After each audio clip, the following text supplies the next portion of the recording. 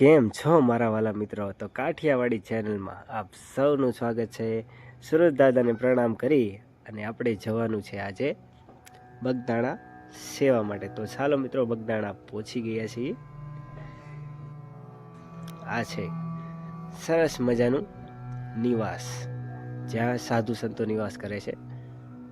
અને આ છે ગેટ મંદિરે જવાનો, અને સામે છે ભવ્યમાં ભવ્ય ભોજનશાળા.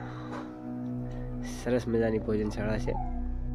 તો મિત્રો, વિડીયો સારો લાગે તો લાઈક, સબસ્ક્રાઈબ અને શેર જરૂરમાં જરૂર કરી દેજો, અને કમેન્ટમાં બાપા સીતારામ લખવાનું ના ભૂલશો. તો મિત્રો, 14 તારીખ છે અને અમારો વારો છે આજ સેવાનો. તો મિત્ર મંડળ હજી આવ્યું નથી, અમે આવ્યા છીએ. તો સેવા કરીશું બાપાની, અને સાંજના સમયે પાછા વહી આવશું ઘેરે. આખો દી સેવાનો વારો છે આજે. તો ચાલો મિત્રો, બૂટ ચપ્પલ કાઢી લઈએ અને જઈએ રસોડા તરફ.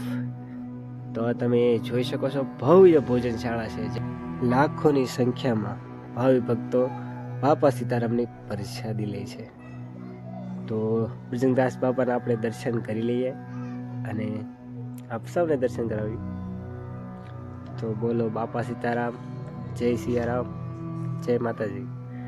તમે સામેથી તરફ જોઈ શકો છો રસોડું,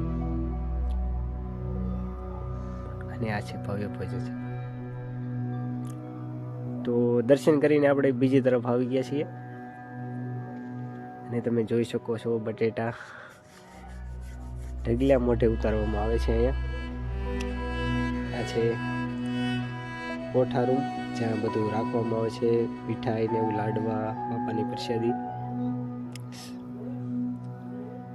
આ છે ભવ્ય રસોડું.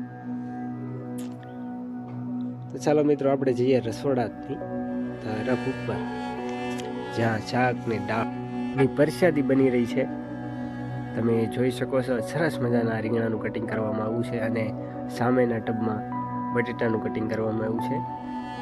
અને અહીંયા તેલ ગરમ કરવામાં આવી રહ્યું છે. તેલ ગરમ થઈ જાય એટલે રીંગણા અને બટેટા નાખવામાં આવશે. અહીંયા છે દાળનો સામાન, ગોળ અને ચણાનો લોટ. અને મિત્રો, અહીંયા દાળ તમે જોઈ શકો છો, દાળ કમ્પ્લીટ થઈ ચૂકી છે. આ છે તેલના ડબ્બા, અને અહીંયા ગાંઠિયા પડે છે. જ્યાં મિત્રો બેઠા છે ના રોટલી બનાવવામાં આવે છે. અને અહીંયા સરસ મજાની રોટલી ઘી ચોપડવામાં આવે છે. અને અહીંયા છાશમાં વલોણું ફેરવવામાં આવી રહ્યું છે, અને જોઈ શકો છો. તો ચાલો મિત્રો, આપણે હવે જઈએ માથે. સરસ મજાના બટેટા અને રીંગણા અને બધા મસાલા નાખી દેવામાં આવ્યા છે. સરસ મજાનું શાક બની રહ્યું છે. અને મિત્રો, અહીંયા જે પણ રસોઈ થાય ને, એ જે કપાસની સાઠીઓ આવે છે ને, એનો ભૂકો કરવામાં આવે છે, અને પછી સૂલમાં આવી રીતે ઓરવામાં આવે છે, અને પછી ઉપર શાક દાળ ચડી જાય છે. કોઈ પ્રકારનો કહેવાય છે ને, ગેસનો ઉપયોગ કરવામાં નથી આવતો. આ છે ભવ્ય રસોડું. તો મિત્રો, આ તરફ બાંધી દીધો છે ગાંઠિયાનો લોટ, જે હવે ચોકીમાં કાઢવામાં આવશે, અને એના નાના નાના ગળિયા કરવામાં આવશે, અને એ મશીનમાં નાખીને ગાંઠિયા પાડવામાં આવશે. આ જે જોઈ શકો છો તમે, મશીનમાં લોટ બંધાય છે. આ છે મશીન, એમાં બધી સામગ્રી નાખવામાં આવે છે. સરસ મજાનું મિત્રો એની રીતે સેવા કરી રહ્યા છે. અને મિત્રો, તમે બગદાણા આવો સેવામાં, અને તમારે ગમે એ વાતનું ટેન્શન હોય, તમે એકવાર બગદાણા આવો ને, તો તમારું મગજ શાંત થઈ જાય છે. તમે મિત્રો જોઈ શકો છો, ચોકીઓ ભરી ભરીને ગાંઠિયા પાડવામાં આવ્યા છે. આ ચોકી 3 કે 4 હોય ને, એ એક જ તકની હોય છે. તમે જોઈ શકો છો કે અહીંયા ગાંઠિયા પાડવામાં આવે છે. સરસ મજાના મિત્રો ગાંઠિયા પાડ્યા છે, જોઈ શકો છો. આ જે ચોકીઓ ભરી છે ને, એ એક દિનની છે. કેમ કે તો ચાલો મિત્રો, આપણે જઈએ રામ રોટી જ્યાં બની રહી છે ને, ના તમે જોઈ શકો, સરસ રીતે મિત્રો લોટ બાંધી અને નાના નાના ટુકડા કરવામાં આવે છે. અને અહીંયા રોટલી વણી અને ડાયરેક્ટ તવામાં મૂકવામાં આવે છે. સરસ મજાની રીતે રોટલી બની રહી છે, જે કહેવાય છે ને રૂમાલી રોટલી. સરસ મજાની બની રહી છે. સરસ મજાનો અહીંયા મિત્ર રોટલીમાં ઘી ચોપડી રહ્યો છે. ચાલો મિત્રો આપણે જઈએ હવે રસોડા તરફ, જ્યાં દાળ બની ચૂકી છે અને આ નીચેના ટબમાં કાઢવામાં આવી ચૂકી છે.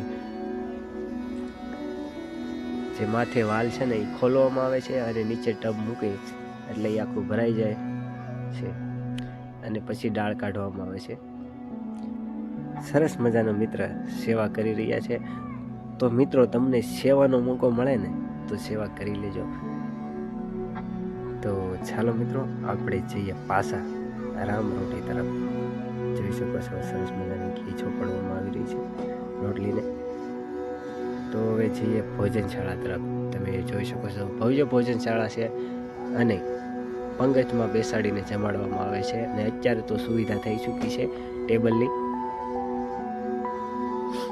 સરસ મજાની ટેબલની સુવિધા થઈ ગઈ છે, કેમ કે જ્યારે કોઈ વાર તહેવાર આવે ને ત્યારે ટેબલ લઈ લેવામાં આવે છે, કેમ કે લાખોની સંખ્યામાં શ્રદ્ધાળુઓ આવે છે બાપાના દર્શને.